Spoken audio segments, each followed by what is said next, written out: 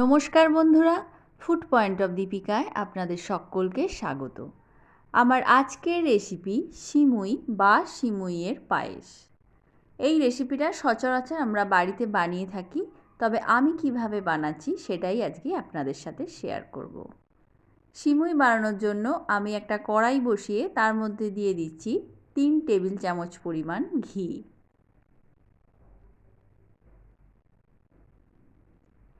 ঘিটা দিয়ে গ্যাসের ফ্লেমটাকে হাই করে একটু গরম করে নেব। তারপর ফ্লেমটাকে লো করে এর মধ্যে দিয়ে দেব 8-10টা পরিমাণ কাজু বাদাম।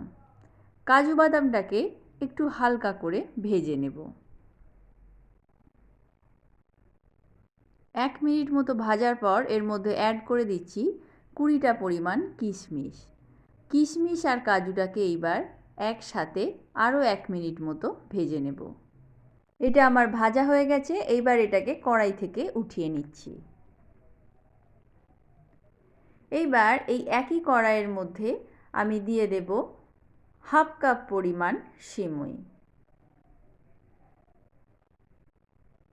সিমুইটাকে দিয়ে গ্যাসের ফ্লেমটাকে লোতে করে আমি সোনালি করে ভেজে নেব। ঘিয়ের পরিবর্তে আপনারা তেলেরও ব্যবহার করতে পারেন, তবে ঘি দিলে টেস্টটা একটু বেশি ভালো আসে। এটা আমার সোনালি করে ভাজা হয়ে গেছে।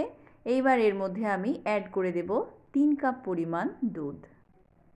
আমি এখানে টোন মিল্কটা ব্যবহার করেছি, আপনারা চাইলে ফুল ক্রিম মিল্কও ব্যবহার করতে পারেন।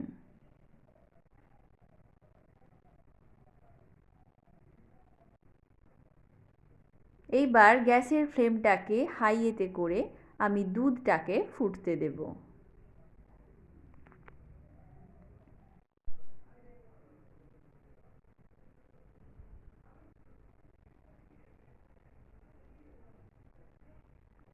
দুধটা আমার ফুটে গেছে। এইবার এর মধ্যে অ্যাড করে দিচ্ছি 2টো এলাচ। এলাচের মুখটা আমি একটু ফাটিয়ে নিয়ে এর মধ্যে দিয়ে দিলাম, এতে করে ফ্লেভারটা ভালো আসে। এই সময় গ্যাসের ফ্লেমটাকে লোতে রেখে সিমুইটাকে সেদ্ধ করে নিতে হবে।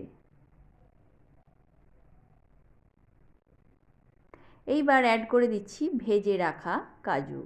কাজুটাকে প্রথমেই দিয়ে দিলাম, এতে দুধের সঙ্গে ভালো করে সেদ্ধ হয়ে যাবে। কিন্তু কিশমিশটা আমি শেষে দেব।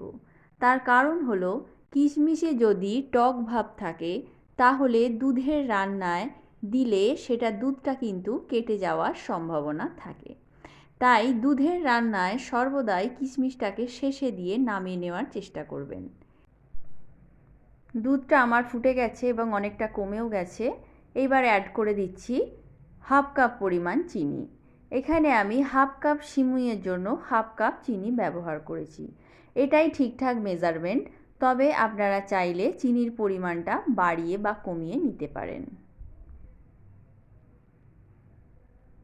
চিনিটা ভালো করে মেল্ট হয়ে গেলে দুধটাকে আর একটু কমিয়ে আমি দিয়ে দিচ্ছি ভেজে রাখা কিশমিশ।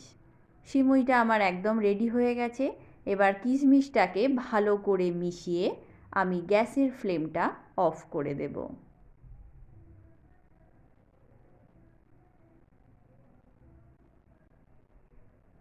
সিমুইটা আমার রেডি হয়ে গেছে। এবার এটাকে সার্ভ করে দেব। তো বন্ধুরা, কেমন লাগলো রেসিপিটা ভালো লাগলে লাইক, শেয়ার ও কমেন্ট করতে ভুলবেন না। আর আমার চ্যানেলে নতুন বন্ধু হয়ে থাকলে চ্যানেলটা সাবস্ক্রাইব করার অনুরোধ রইল। পাশে থাকা বেল আইকনটা প্রেস করে দেবেন, যাতে করে আমি চ্যানেলে নতুন কোনো ভিডিও দিলে তার আপডেট আপনি পেতে পারেন। তো আজকের মতো এ পর্যন্তই। আবার দেখা হবে অন্য কোনো রেসিপি নিয়ে। ততক্ষণের জন্য নমস্কার।